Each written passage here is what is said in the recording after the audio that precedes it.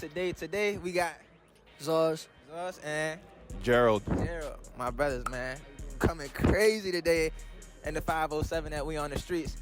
Shoot, walk us through. First and foremost, I want to hear about the jorts, the jeans, everything, bruh. So, cause it's ill, it's crazy. So, what was like the creative design process behind this? All right, so this is the first pair of pants I ever designed. These are our Menace denim, and I wanted some shit. It was kind of turning a new chapter in our brand, so I wanted to do some shit that really had people interested, and also I wanted people to be able to interact with their clothes. Essentially, was like my goal, and I wanted clothing that becomes multiple things for you. The more, because I feel like the more you have a pair of one thing that does more for you, the more you keep it around, the more you wear it out more, and it becomes a little bit more sustainable in terms of just fashion in general. So when I was designing these, I really wanted something. I just thought of ways, how many different ways can I allow somebody to customize their clothes? And that came with just being able to unbutton these, having different zippers so that you could unzip these layers, just thinking of different ways that people already dress and wear their clothes and what they prefer, like how the different lengths, how you like to have maybe different lengths for your pants and stuff. Just being very intuitive with how people like just trying to put all that into one pair of pants. So that essentially became what these were, and I wanted to do something very outlandish, something that wasn't just a black pair of pants. So maybe also go with a different colorway. I wanted something that was very you see somebody out there with it on, you stopping and you looking, you know what I'm saying? So that was my goal for these, and I think they came out pretty good. I ain't gonna lie, I think they came out pretty good. How long it take to get made? So I ain't gonna lie, I sketched these out in a whip to a pop-up last June, right? So this is my first ever pair of pants. It took me about 2 hours to do the sketch, and then about 6 hours to really refine the design. I've been doing art for a minute, so a lot of the time my ideas to actualization process, it don't really take a whole lot of time to get the idea on paper and really start working on it. It really just, the time comes in being very precise. I spend days on measurements and the details and stuff, how it's gonna fit you, how it's gonna sit on your body. That's where most of the time comes in, but the actual idea itself doesn't really take that long. I feel that. Hey, yo, walk us through the bag. What you got on the back, bro? On some back bling type deal. Walk us through that, bro. So the bag, man, this is the creator, of course, but the bag, what is the exact name for it?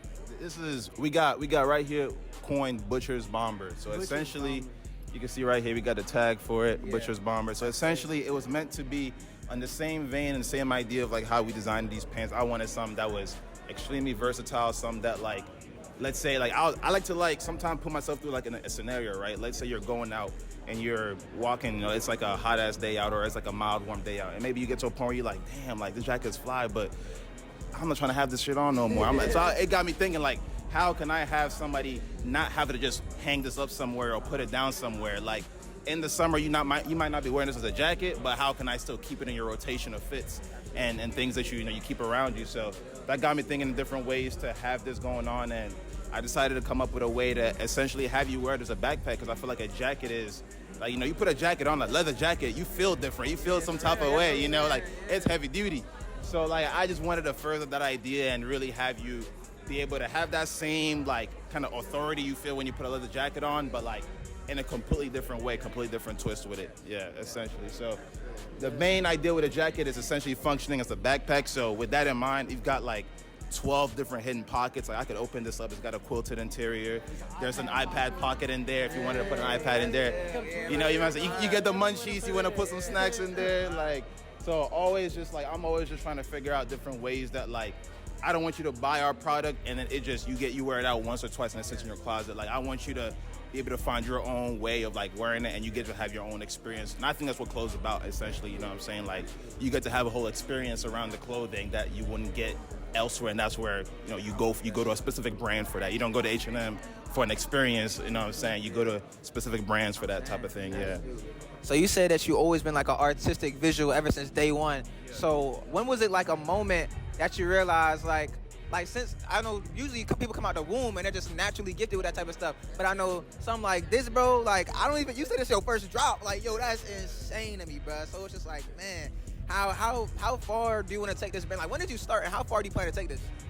So pretty much I started off really thrifting in terms of fashion. I started off thrifting 2020, and for the most part I love thrifting. I feel you get to get a diverse palette for style when you gotta really go in there, search for the clothes yourself, test it out, experiment with what you got.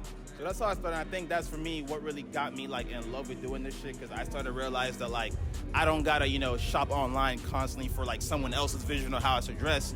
I could go in there, look for it myself, and put it on myself. So how it translated into like, you know, what I'm doing now is I've always loved designing, so I wanted to be able to like have a kind of story or narrative with my clothing. So when I got into doing this, that was always kind of like one of the biggest driving factors was how can I tell a story? How can I tell a narrative? How can I get people an experience? Like that's for me, I think the cornerstone of my design is I want you to have an experience, you know what I'm saying? Even how, imagine like every morning you gotta wake up and you're trying to work, you gotta put this on, you gotta clap in, how it sounds, how it feels. I think about all of that and how I can, you know, enhance on it and give you that kind of experience. So it's the same thing with, that's how my mind works, especially when I'm like designing. Because I feel like there's already a lot of clothing out there, a lot of brands out there that already do a lot of amazing stuff.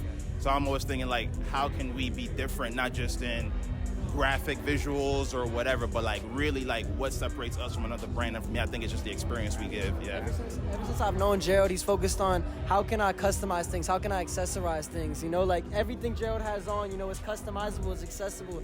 He's always been crazy with his customability. So I think that's one thing that Goons and Goblins has that a lot of brands don't have, is you can wear your stuff how you want to wear it and not how, like, even how he's wearing this shit right now, like he's got these same side pockets I got, he's got them like upside down, like different kind of orientation, you know what I'm saying? Like, these are the same pants, but it looked different on two people.